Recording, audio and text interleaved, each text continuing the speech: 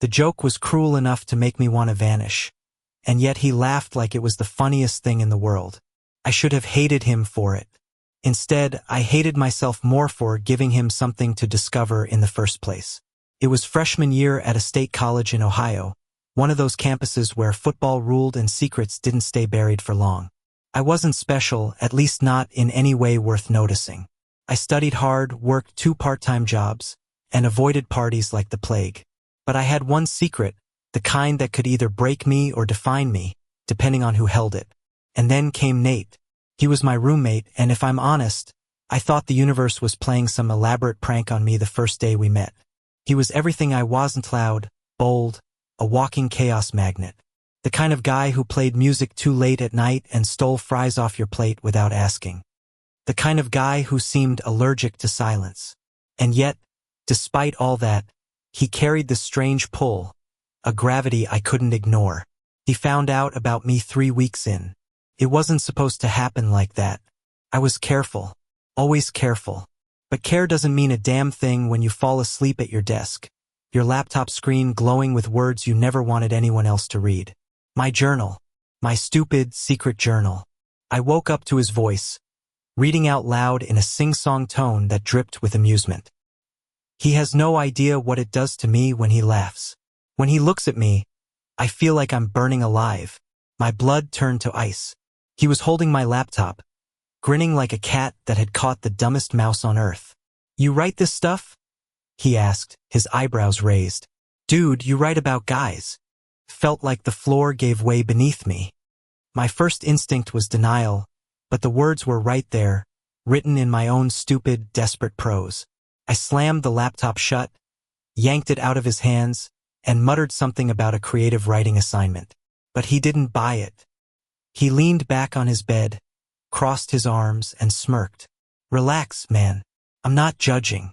Just didn't think you were the type." The type. God, I hated that word. Like it reduced everything I was into some checkbox people could tick or untick.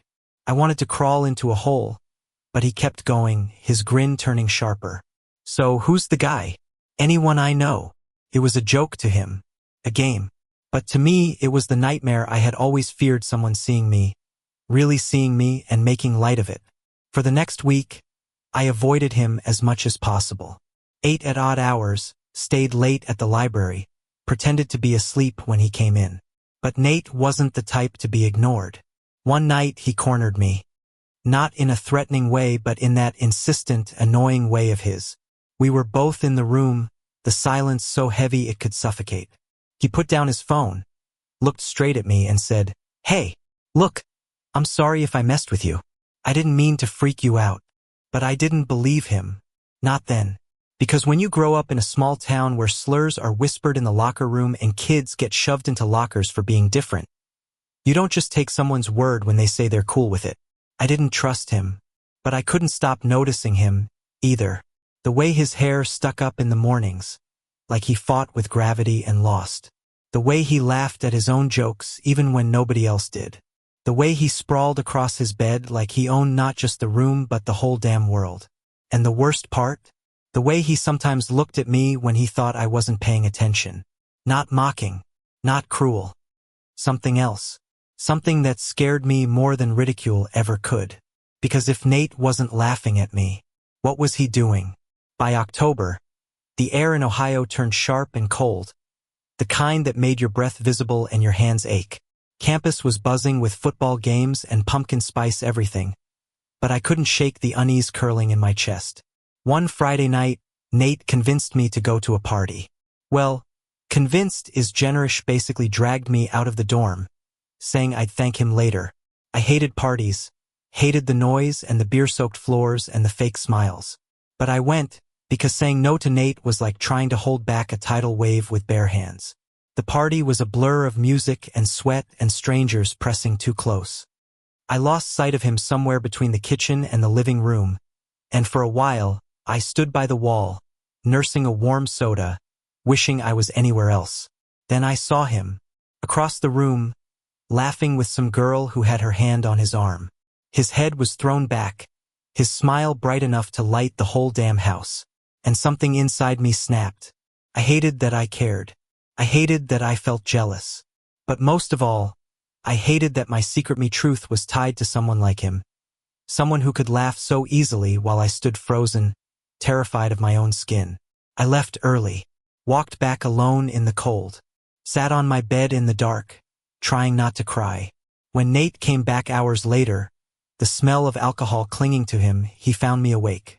He dropped onto his bed, stared at the ceiling, and after a long silence, he said something I never expected. You know, it's not a big deal. I frowned. What? Being into guys, he said, his voice quieter than I'd ever heard it.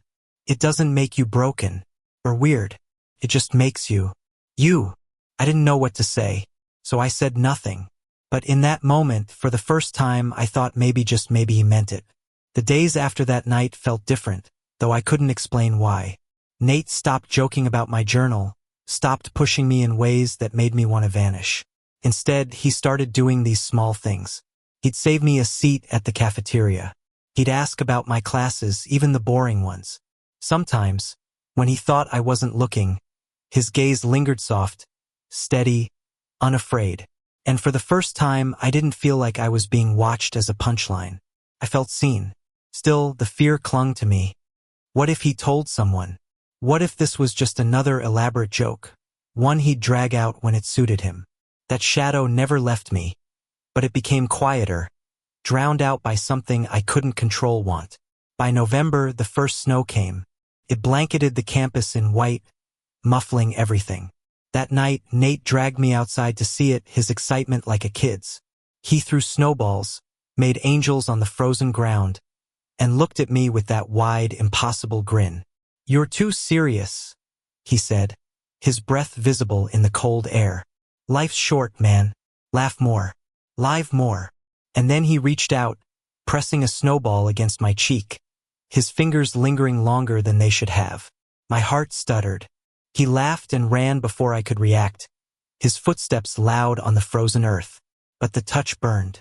I carried it with me, even as I pretended it hadn't happened. The breaking point came in December. Finals week. Stress was tearing everyone apart, and Nate was quieter than usual, withdrawn. One night he came back late, his face pale, his shoulders heavy. You okay? I asked, surprising myself. He looked at me for a long time, then shook his head. My dad found out. About me. The words didn't make sense at first. About what? Nate swallowed hard, his voice raw. That I like guys. The air left my lungs. All this time I thought he was untouchable, fearless.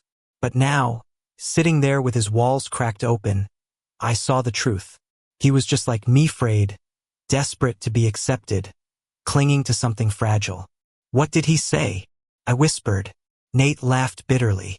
Said I was a disappointment, that I was throwing my life away. Told me not to bother coming home for Christmas. The room spun around me. I wanted to say something, anything, but words felt useless. So instead, I crossed the space between us and sat beside him. He didn't push me away. He just leaned into me, his forehead resting against my shoulder, his breath shaky. For the first time, I held him, and it didn't feel like a mistake. Christmas break was lonely. Campus emptied out, and both of us stayed behind because I didn't want to explain myself back home, him because he wasn't welcome. We made our own traditions. Cheap takeout dinners, movie marathons, long walks in the snow. One night, after too much Chinese food and a bad Christmas movie, Nate turned to me and asked, "Why do you hide?" I froze. "You think I don't notice?"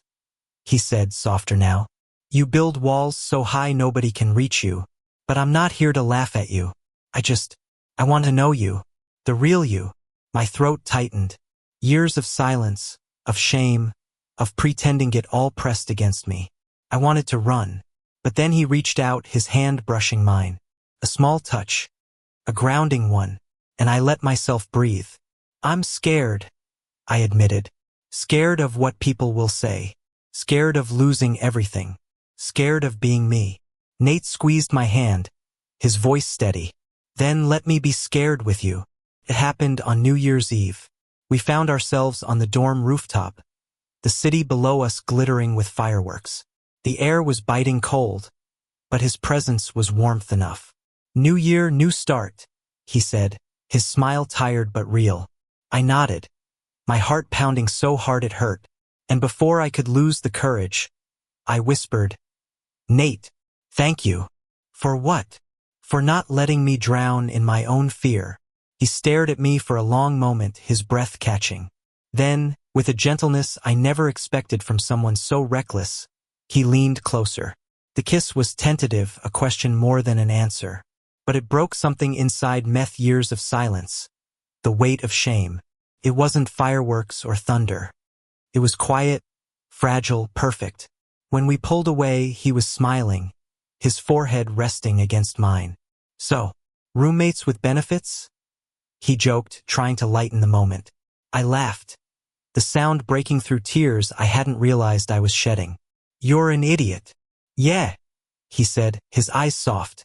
"But I'm your idiot." Spring came, and with it, new challenges. There were whispers, questions, the weight of being different in a world that demanded sameness. But this time I wasn't alone. We faced it together. The stares in the cafeteria, the side comments in the locker room, the subtle shifts in how people treated us. Some friends stayed, some didn't. But at the end of each day, when we returned to our messy little dorm room, it was enough. Because home wasn't four walls. It wasn't a place. It was Nate, sprawled on his bed with a stupid grin. It was his hand finding mine under the table. It was the knowledge that even when the world felt cruel, we had carved out something worth holding on to. And maybe that was the point all along. Not to be fearless, not to be perfect, but to be seen, to be loved. And in his arms, I finally was. Thank you for listening. Don't forget to like and subscribe to stay updated with the latest videos.